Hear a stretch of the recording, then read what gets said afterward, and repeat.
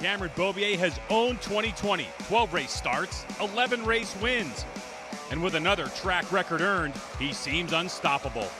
But not to the likes of Matthew Skoltz, Jake Gagne, and Bobby Fong. They're closing in on the number one, wanting to put a stop to his 8-race win streak. But can they do it? It's time to find out.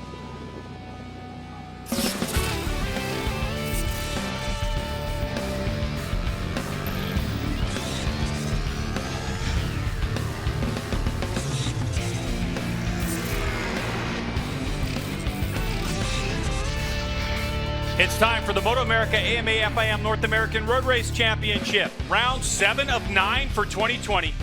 Barber Motorsports Park. MotoAmerica Superbikes at Alabama from Birmingham, Alabama.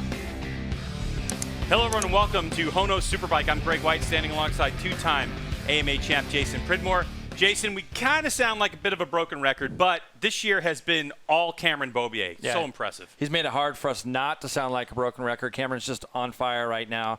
He is just really the class of the field. This weekend we've seen him get pushed. We've seen them make some pretty wholesale changes to this number one bike that we haven't seen before, and he goes out and smashes the lap record this morning. It's been very interesting to watch Cameron be able to keep his focus with all the media attention on what he's been able to accomplish, the four-time Superbike champion. Let's take a look inside the numbers, Jason, because what the hype is all about, it's pretty telling at this point. For Cameron Beaubier this year, 11 wins in the season. That's a personal best. He had 8 before this.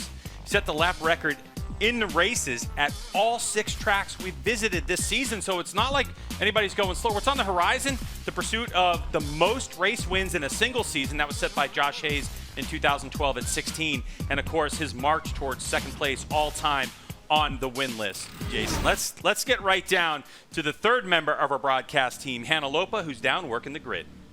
Greg, I'm on the front row of the grid here with Matthew Skoltz, situated directly between both Monster Energy Attack Performance Yamahas.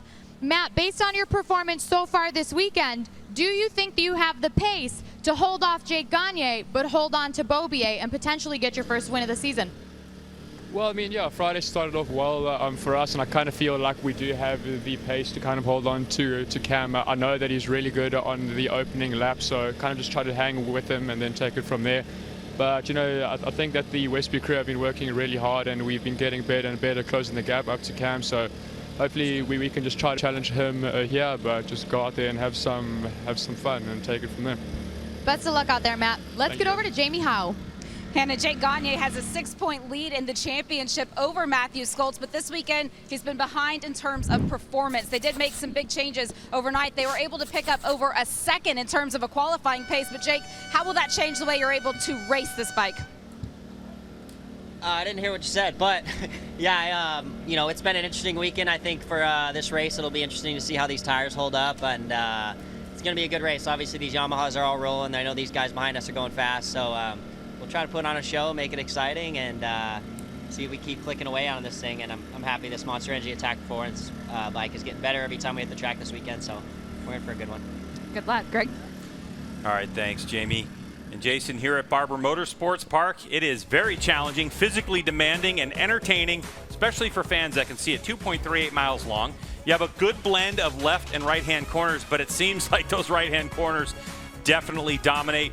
Jason, when we look at a racetrack, it's all about opportunities to pass, where riders are going to be looking at it. So here's the Cardo track hotspots. Yeah, well, the first place right down here into turn 1. It's a hard turn, Greg. It's blind as you tip in. But we have seen some passing done there after you get a good run out of that last corner. Up here into turn 2, that crests and it goes through 3, 4. Turn 4 on these Superbikes is a wild ride. You've got to have a bike that works well over there so that you can set up a pass down into Charlotte's Web, turn 5. An increasing right-hand corner that you try to get the best drive you can out of to get down this semi-long straightaway. Once they get over to the back section of the track, Greg, turns 11, 12, 13 really, all this ties together. You go up over the top of this hill into big long rights into our final 2 turns, turn 14 and 15, and on to this front straightaway. Barber Motorsports Park, legendary for incredible racing, especially the second year of this new surface. We're looking forward to race action starting here in about 6 minutes. But Matthew Skoltz and Jake Gagne are locked in a fierce battle for second place in this championship. It was that close last time we were on the racetrack.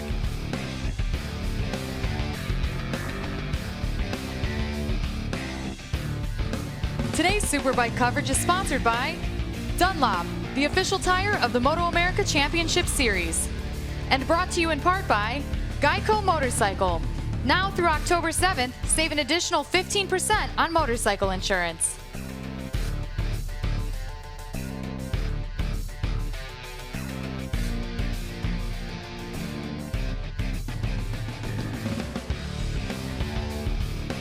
Today's Superbike race coverage is sponsored by HONOS, the apparel brand that promotes talent within the adrenaline sports realm. A motorcycle rider's destination, Barber Motorsports Museum. Something you have got to come visit. And yeah, there's a phenomenal racetrack right next door. Cameron Beaubier on pole with a new track record, 122.676. Unbelievable. Matthew Skoltz and Jake Gagne. Yeah, and then we're going to be looking at Tony Elias there and Bobby Fong, Kyle Wyman. And back to row 3, Heron, Anthony, Coffey, Cam Peterson, who's looking to do something special here. Wyman and Mesa, just outside of row 4. Corey Alexander, who's a scratch, Greg. He's really sick. Michael Gilbert, Ashton Yates, and so on back a little bit further. Phillips, Lewis, Sip. And then Andrew Lee is going to be coming from the back, as well as Perk. Also, Travis Wyman and David Anthony are all the way in the back of the grid as they missed the sighting lap. Yeah, so there's Cameron Beaubier with a bunch of drama behind him, but the front row is full of Yamahas and full of talent. All eyes on Matthew Skoltz and what he's able to accomplish in this race. He and Jake Gagne locked in a fierce battle for second. So when the lights go off, clutches are out. Here we go. Race number 1, Barber Motorsports Park. Exactly what they didn't want to see, G-Dub. The number 1 getting another tremendous start. You're going to see Matthew Skoltz and Gagne. Tony Elias gets a good launch in 4th, but Bobby Fong rides around the outside of him in turn 2 with Kyle Wyman and Heron just on the back. Now, I think Matthew Skoltz is going to want to take a shot early here. You can see he's going. You heard him talk. He feels like he's got some pace to try to run with the number 1. The important thing is I think if he can get away. Cameron runs really wide as they go down into Charlotte's Web the first time. And there's a pass for the lead. We don't get to say that very often in HONOS Superbike. So Beaubier relegates the number 1 spot. Is he going to get aggressive? No, no. So, wow. He did get aggressive, but it's a hard pass down there in turn 6. Opening lap here.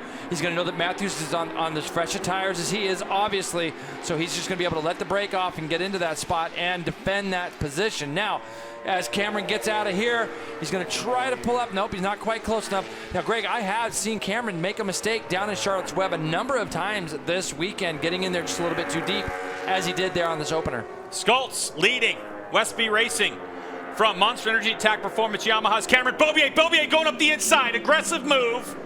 We'll see what Skoltz has as an answer. Does he go up the inside? He does, trusting that front Dunlop. So he fights right back, does Skoltz, the South African. We'll lose it to Cameron Beaubier, who takes over the point. Then you have 32 Gagne, 50 Bobby Fong, M4X Star Suzuki hanging around right there. Back behind him, the 24 of Tony Elias, left part of your screen. The scoring pylon tells the story last time by the stripe. Yeah, look at the movement of that Monster Energy Attack Performance Yamaha of Cameron Beaubier. Yep, Cameron's going to try to defend that spot again. And see, this time, Greg, he's going to get it stopped. Get it down to the apex of this corner. Very clean. He's going to try to get that clean exit, and you can see that gap just starts to peel away. You don't see this guy make very many mistakes. Charlotte's Web this weekend, for whatever reason, has given him a little bit of problems. It looked like Kyle Wyman just went up underneath Tony Elias a little bit further back. You can see Heron, and there's our super stock competitor, Cam Peterson, probably putting on, I feel like, the most impressive season so far is Cam. But Kyle Wyman slots himself up into 5th spot now, and he wants to try to catch back up to Bobby Fong. So Matthew Skoltz gave it a go. Jay, I think that was only the second time that Cameron Beaubier has had to pass a rider this season. He's passed Jake Gagne and Matthew Skoltz. It's just been one of those seasons. Gagne wanted to try to do the same thing there. We've seen Cam utilize that pass through those long turns, 12, 13, 14 in the past, where he's able to roll up the inside of somebody. Gagne gets a run on Skoltz as they come to turn 1. Oh, not quite close enough. Skoltz holds him off. Just rolls off that lever, brake lever, rolling through turn 1 into turn 2. And this is a big run down a hill. How about 23.4 for our leader out front, Greg? 23.4 Unbelievable. right off the bat. And you can see Herring gets bucked up out of the seat. That's going to allow Cam Peterson to go past him. But Schultze's under immense pressure right now from Gagne as they roll down into Charlotte's Web. He runs a little bit wide. Gagne's trying to sneak up the inside.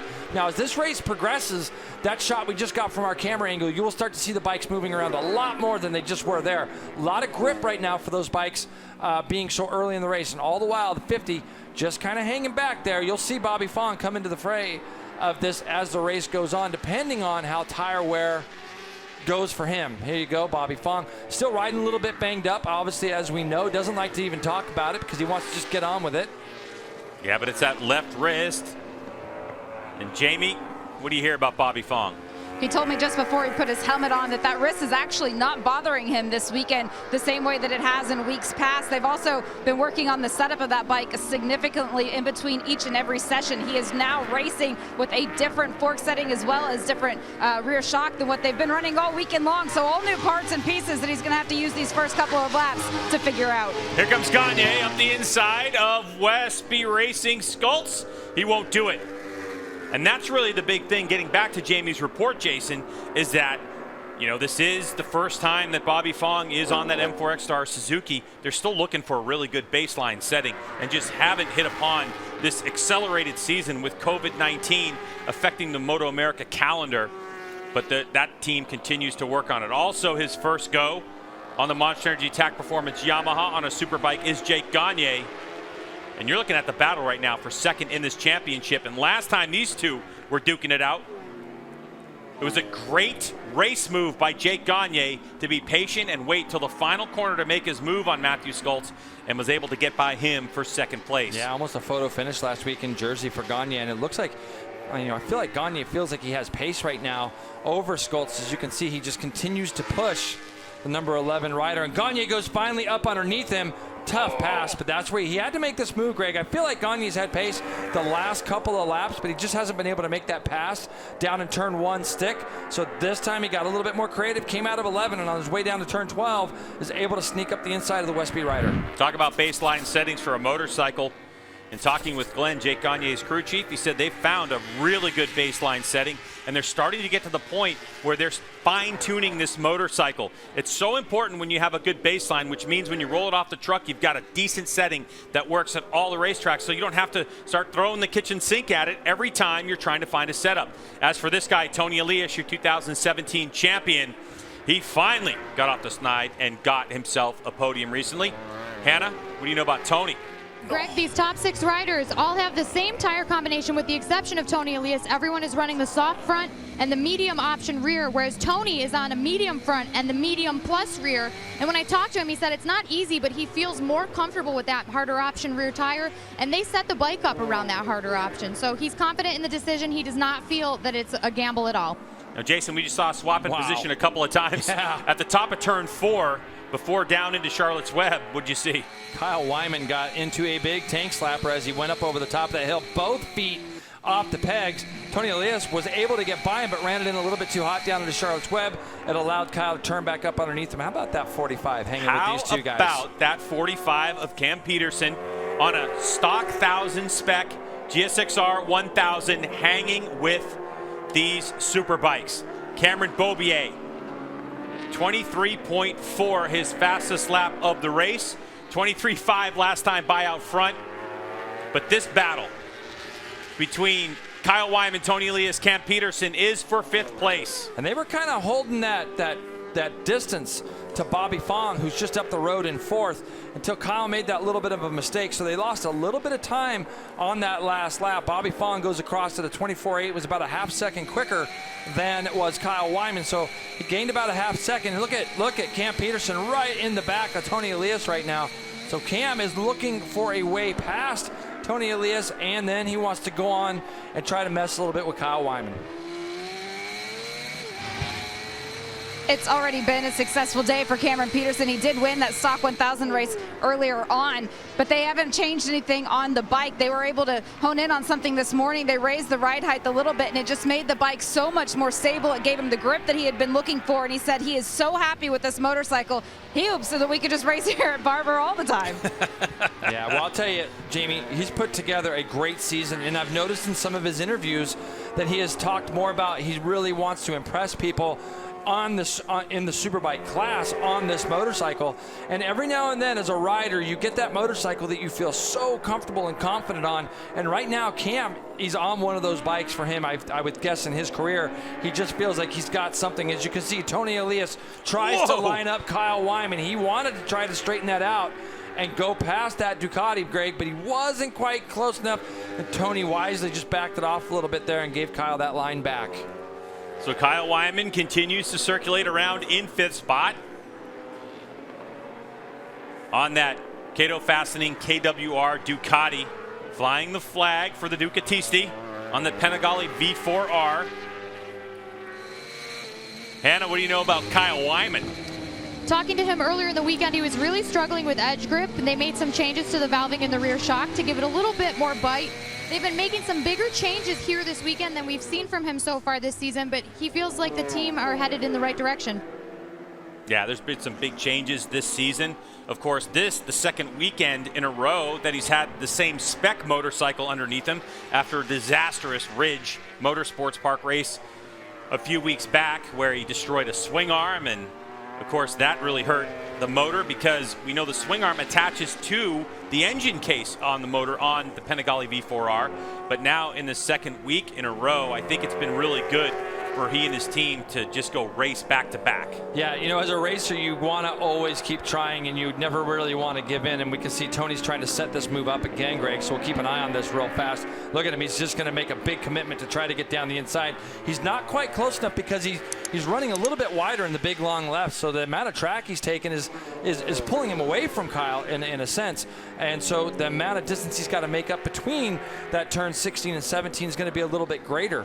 So, but it sets him up to square up that little area, but he can't quite get up alongside of him. Going back to what we were saying there, Kyle, when he finally pulled the plug at the Ridge, I know it was hard because they had the parts and pieces to try to put a bike together, but like he said, it was going to be a bit of a Frankenstein bike for him to get out for race 2, and he had to just kind of cut his losses. His team didn't have a bad weekend last weekend in New Jersey with a 4th place.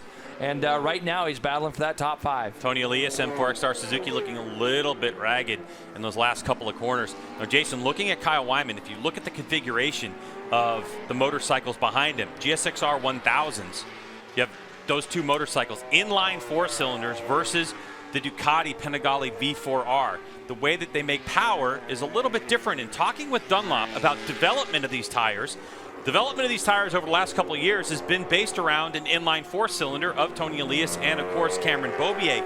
So I was having a conversation with Dunlop about how Kyle Wyman and the Ducati feel on this motorcycle. And what was interesting was the conversation I had with Mick from Dunlop. He was like, look, this may have been an issue about 15 years ago, 20 years ago, but the refinement of all these Superbike machines to this point and the way the electronics are, it hasn't been much of a big deal. As we've seen in the past where you've said, oh, a V-twin motorcycle, delivers power differently and this tire doesn't feel as good as it does on an inline 4-cylinder. And Kyle Wyman doing a great job right now. But Jason, the one thing that you can totally see is where Kyle Wyman needs to improve in different sectors on the racetrack compared to Tony Elias.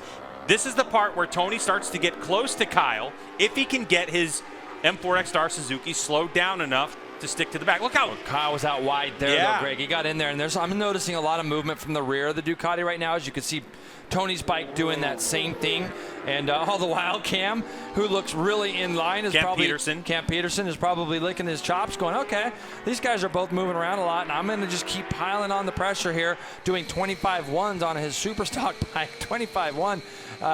He's got down into the 24s, has Cam Peterson. And I'll tell you right now, if Tony's having a shot now at Kyle. He is. Yep. Whoa, he goes there. Is he going to be able to hold on to it? It's the switchback for Tony.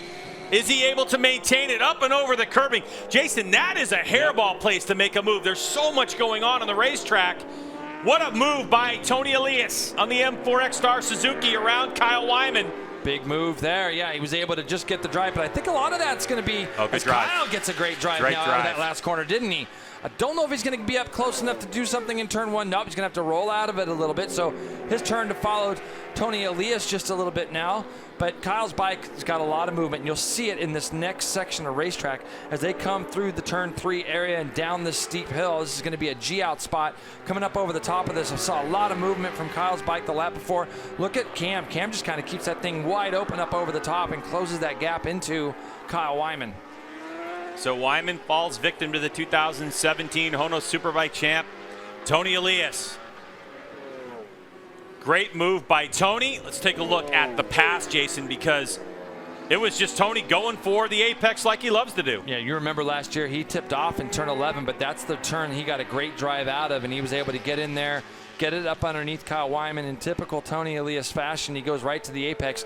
Tons of room between both riders. Now he's up ahead. Look at Cam Peterson pushing Kyle Wyman. Kyle Wyman looks back and goes, okay, hold on. This is a Superstock bike right behind me now, so he's going to have to continue to push.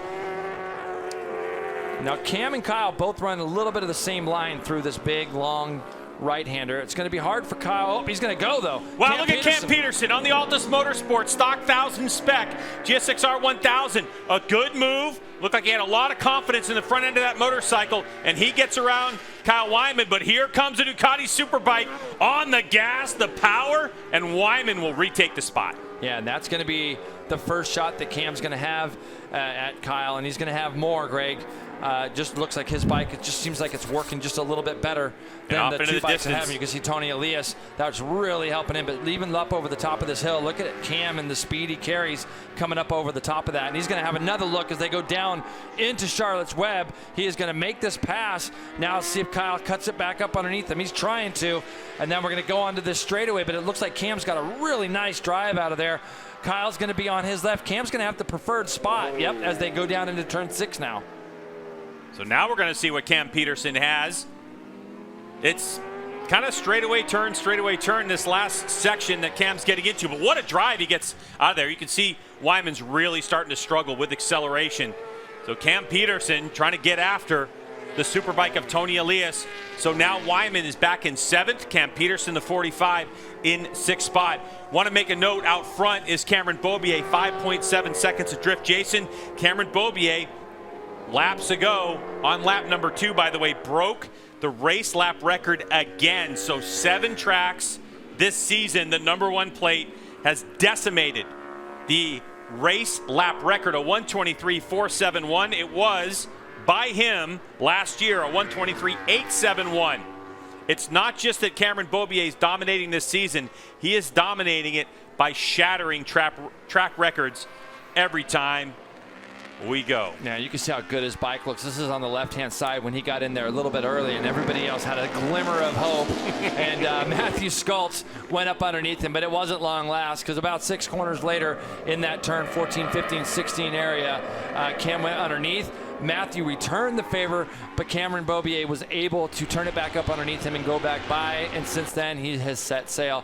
It was that next lap, Greg, that he led and did that 23.471, and he's just living in the 23s. 23.8 that last time by, so he's still within a half a second of his best lap time of the race.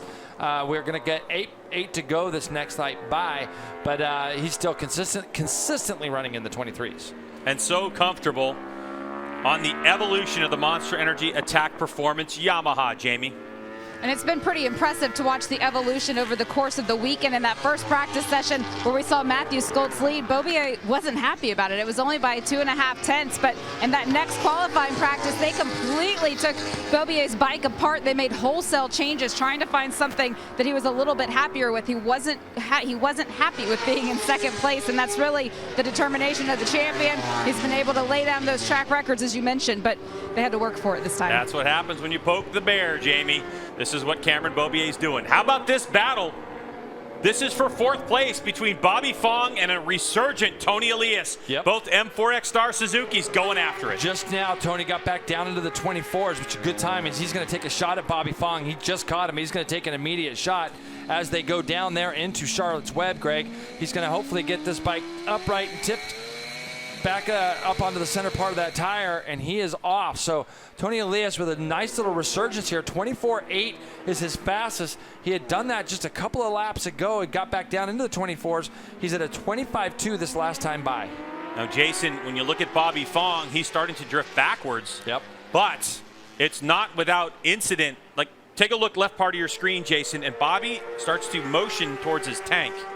Yeah, it's hard to, maybe there's something cutting in and out on that motorcycle, not quite sure. Looking at his times, he went 25.9 that last time by. You can see him still trying to hang on to the back of Tony Elias right now. The gap hasn't gotten really big. I'm looking just behind him. Cam Peterson still circulating in the 25s, the 25.4 himself. So Bobby's got to keep head down and just trying to see if he, yeah, there's something going on. Obviously, there's something going on with the bike. Bobby's not the kind of guy that just starts losing pace. No. That time through 26.2 and 25.6 for Cam Peterson. So if he loses 0.6 of a second every lap, Cam's going to be on him here pretty shortly. 1.7 seconds behind Cam Bobby Peterson, Fong. that is. Cam Peterson, yes. Cameron Beaubier out front, 6.5 seconds over Jake Gagne. Schultz and Gagne still very close in their battle, with Tony Elias now ahead of Bobby Fong. Cam Peterson, the next one who could chase down Fonger, the number 50 M4X Star Suzuki. Kyle Wyman ahead of Josh Herron. Andrew Lee in 9th place on a Suzuki. And then you have Travis Wyman in 10th place. So Fong with a bit of an issue. All right, here's a look at Andrew Lee on that motorcycle. Very interesting about what happened this weekend with Andrew Lee. He started off with a different team on a Kawasaki, and that team pulled their entry this morning on a bike that wasn't properly prepared for the HONOS Superbike class, and Andrew Lee was able to scramble and get a backup motorcycle. Jay, you know more about this. It's an incredible story, really. Aussie Dave had a spare GSXR 1000. Andrew's never sat on a Suzuki in his life. Went out and did 30 minutes on this motorcycle this morning in our practice session. Obviously, with what had happened yesterday, he wasn't able to do any qualifying. He was 7th, I believe, yesterday, Greg, on a Kawasaki. Shows up at 9 o'clock this morning only to realize that he wasn't going to be allowed to ride that motorcycle anymore. In steps Aussie Dave, says, I got a spare GSXR. Andrew went out and did 30 minutes on this bike this morning, and you can imagine to ride at this level. What this young man has done this weekend has been incredible. He is two-time national Superstock champion. We've seen him here the last couple of years in the MotoAmerica Superstock class. He was left without a ride after last year, and put something together for this weekend. He's not going to finish on the bike that he thought he was going to start on. So right now, finishing or being in that top 10 is pretty good, and he's come from the last row. Let's get down to Jamie. I talked to Andrew Lee during that session this morning, and he said right off the bat the thing he was struggling with on the Suzuki was just finding grip, and also just in terms of the riding style. He said, I'm having to stand it up a little bit more than what I'm used to. So he was trying to figure it out, but as this race progresses, I tell you, it's impressive, isn't it? It certainly is. And Jason, when Jamie says he had to stand it up more, what's she talking about? Just get it up off the edge of the tire. And that could be because he might be used to electronics. He's been on Kawasaki's now for the last 4 years. Last weekend, Greg, he went up and did a Weir endurance race, I believe, up in Pittsburgh. He's just been trying to ride whatever he can. That said, I know he's only raced maybe 2 or 3 times this year. He's an avid motocrosser. He's gone off and done some motocross racing. The funny thing about Andrew is his fitness levels is higher than it's been in his career. And he didn't have a ride this year. And he says, you know, I'm just going to stay as sharp as I possibly can. He's used to racing with the guy behind him, Travis Wyman. They've done some Superstock together. Travis was another one that has come from the last row of the grid, so it's a good run from Travis. We actually saw Travis go out for the siding lap and watched his team push his bike back down pit lane. That's why he missed the siding lap. So both these guys have come from as far back as they can. Yeah. But you know, again, back to Andrew, he has kept himself extremely fit just in case an opportunity comes. Looks like Travis got a little bit of a run on him here as they come down the front straightaway.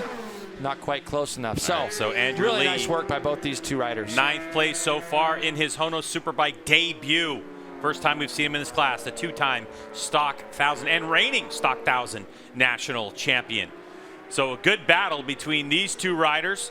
Didn't really have a chance to get into the details with David Anthony on the specs of this backup GSX-R 1000 that Andrew Lee is currently riding.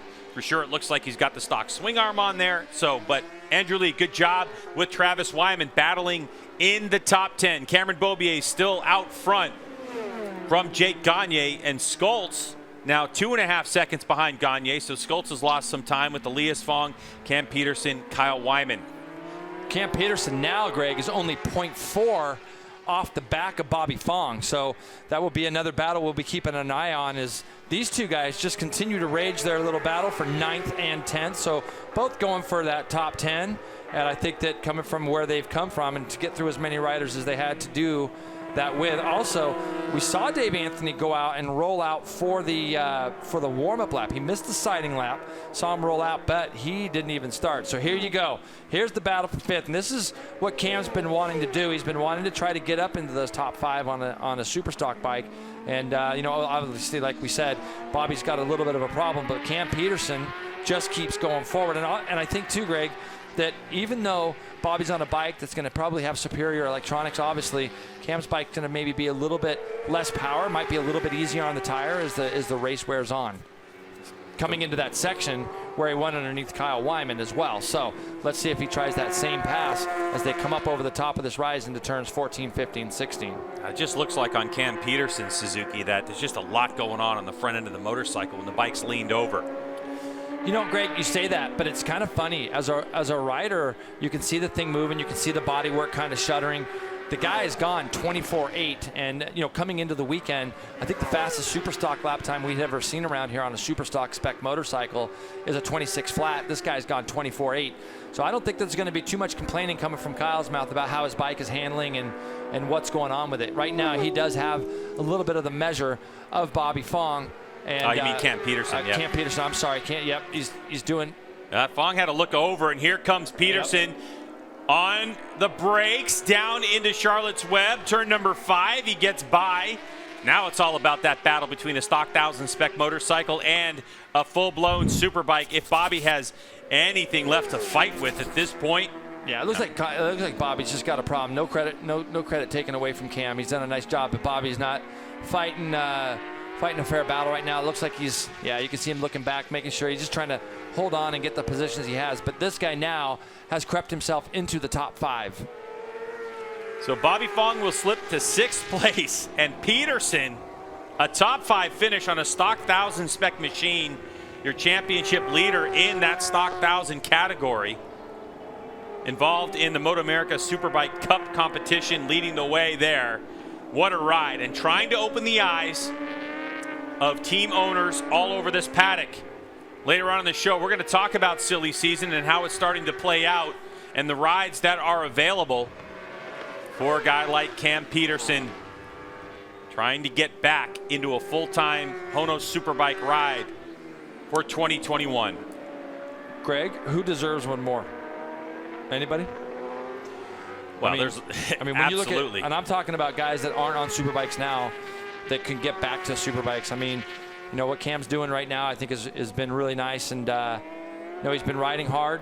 He's if you watch him at the beginning of each session, talking with Josh Hayes, who helps Cam, just getting him up to speed quicker. But that said, you got to be on a good bike. If you're on a bike that you feel comfortable on, it's so much easier to get up to speed fast. This guy comes out of the gate and just fires off good lap time after good lap time in the first session of the weekends. So for Cam Peterson, his best finish so far this season has been 7th. He's had 4 of those. So this would be his best this season in HONOS Superbike. As for Cameron Beaubier, well, his best finish of the season has been 1st place. As a matter of fact, as Cameron Beaubier takes the white flag, 1 to go, he's only finished 1st.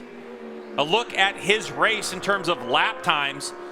On lap number 2, he broke the track record, his own record in terms of race lap record. Earlier today, he set the outright fastest lap record on a superbike around Barber Motorsports Park, and it's been that consistency into the 23s until he needed to roll out of it when he had a comfortable lead as he goes around the 22 of Ashton Yates, the lone Honda CBR 1000 RR in the field.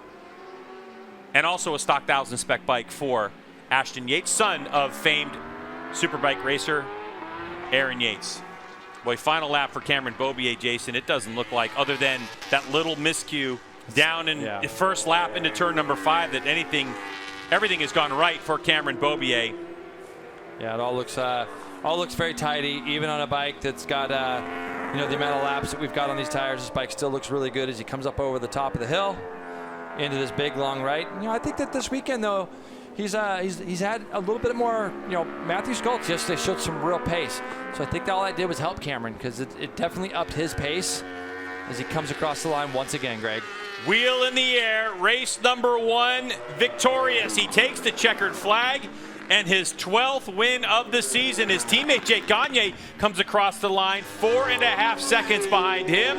And then Matthew Skoltz, 3.8 for third. So another Yamaha sweep. Boy, really showcasing the evolution of the development of this Yamaha R1 in HONOS Superbike. Tony Elias will grab 4th spot. And then it's got to be Cameron Peterson with Bobby Fong. So we go 3 Yamahas to 3 Suzukis. The 33 of Kyle Wyman comes across the stripe on the Ducati for 7th place. They'll want to make big changes on that bike overnight, I'm sure, Greg. And you just look at the distance kind of from 4th back, and that's going to tell you that the guys that really need to get to work overnight right now, as we're waiting even for Josh Herron to come across on the Scheibe BMW. He was riding currently in 8th spot, and then that battle's still going between Andrew Lee and Travis Wyman. So Cameron Beaubier will enjoy this wheelie and cool down lap. And when we return, we'll hear what he has to say about his race.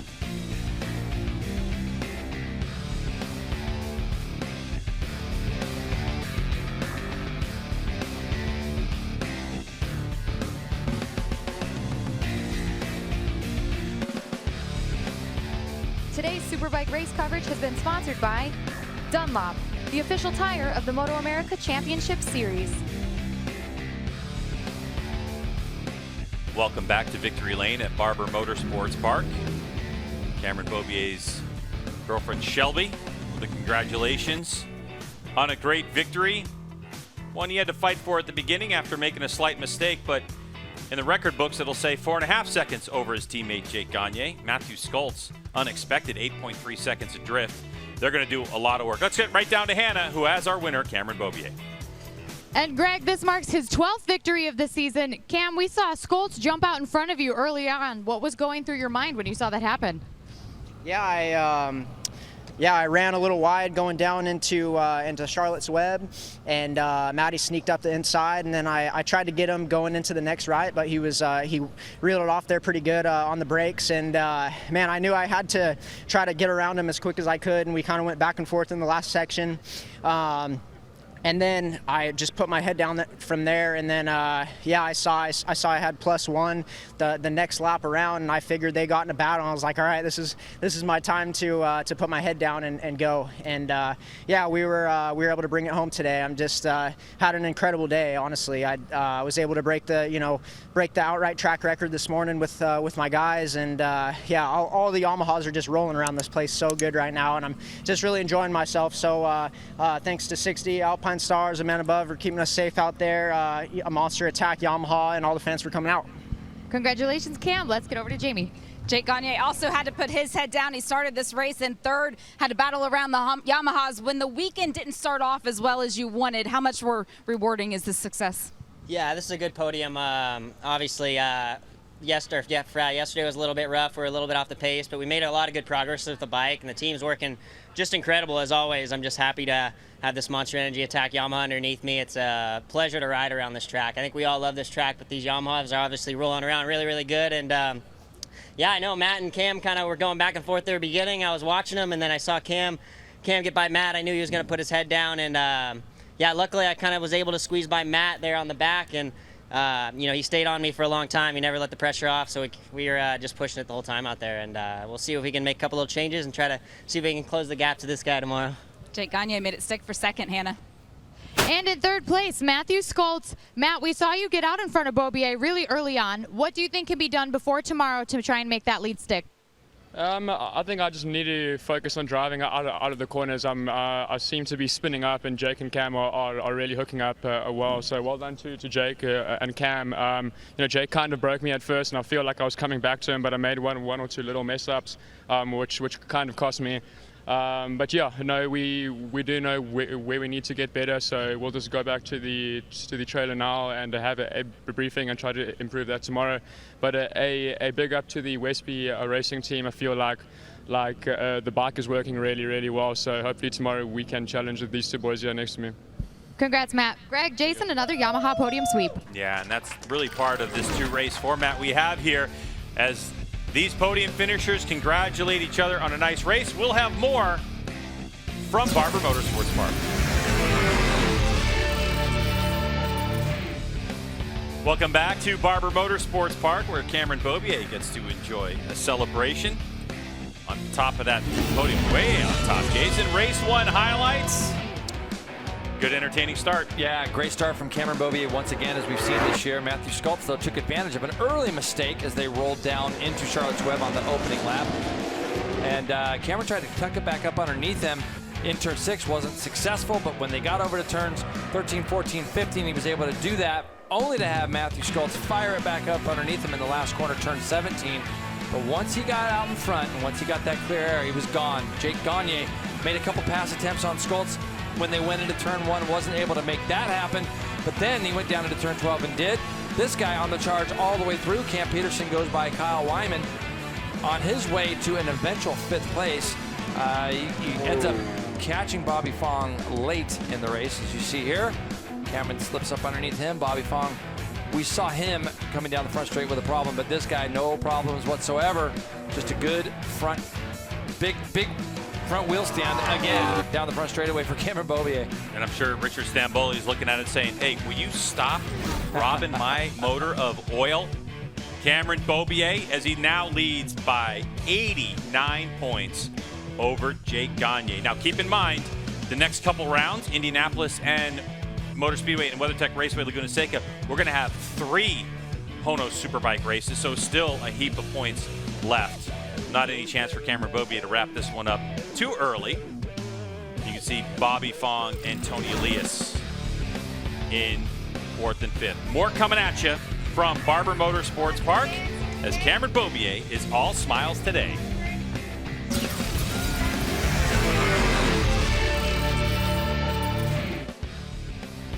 Welcome back to Barber Motorsports Park. A great Saturday of racing. Today, coming at you from Birmingham, Alabama. Tons of fans coming out here, doing the social distancing thing as well. Now, Jason, this deep into the season, right? So we're kind of halfway through the 30% left of the season, I guess. Yeah. You know, we have 2.5 rounds left. So let's start talking about silly season. And when we talk about silly season, if you're into racing, this is the time of year where you say, okay, these rides are available for motorcycle racers.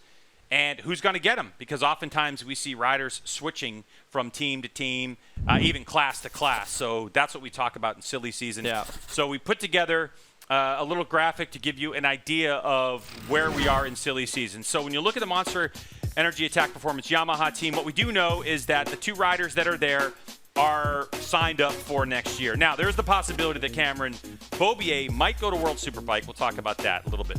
M4X Star Suzuki, they don't have contracts in place for either of their riders currently. Westby Racing has an asterisk next to it because technically it's open, but for sure they've talked to Matthew Schultz, and the intention is to get that contract in place over the next couple of weeks. Of course, Josh Herron on the Shy-B Racing BMW, that seat is open. They have an intent there too, but not a done deal, as Josh Herron told me that he's in the open market. Obviously, KWR, Ducati in there, David Anthony's team with Fly Racing, and of course, Thrash Racing, they have a ride. Now, when you look at Bobby Fong, Jason, talking to the M4X Star Suzuki team, they like Bobby. Obviously, he's really gritted it out this season. No question. This guy deserves to be where he's at. He's done a tremendous job. This guy, Matthew Schultz, as you said, Greg, he's already in preliminary talks with Westby. I don't see that relationship breaking down. I think this team, very family-oriented. Matthew Schultz seems happy there. This is the guy I feel that deserves a shot on any one of these teams that you've mentioned. Cam Peterson, he needs to be on a Superbike. He is riding superbly right now, and I think that with his current form, if he gets back with any of these teams. We've seen him on M4 prior on Supersport. We've seen him on Superbikes with other teams, but he's kind of the hot prospect, I think, right now. If there was a Superbike team out there that wanted a guy, he's got to be the one. But Jason, beyond that, beyond what you've seen, there are more rides to talk about. HONOS, Kawasaki, and Supersport are talking about a couple of racers. So many great talking points. Follow us on social media and check it out. All right, that'll do it for us for HONOS Superbike. Race number 2 coming up tomorrow. If you want to check it out. For Hannah Lopa, Jamie Howe, and Jason Pridmore, I'm Greg White. Thanks so much for watching our coverage of MotoAmerica HONOS Superbikes. We'll see you tomorrow.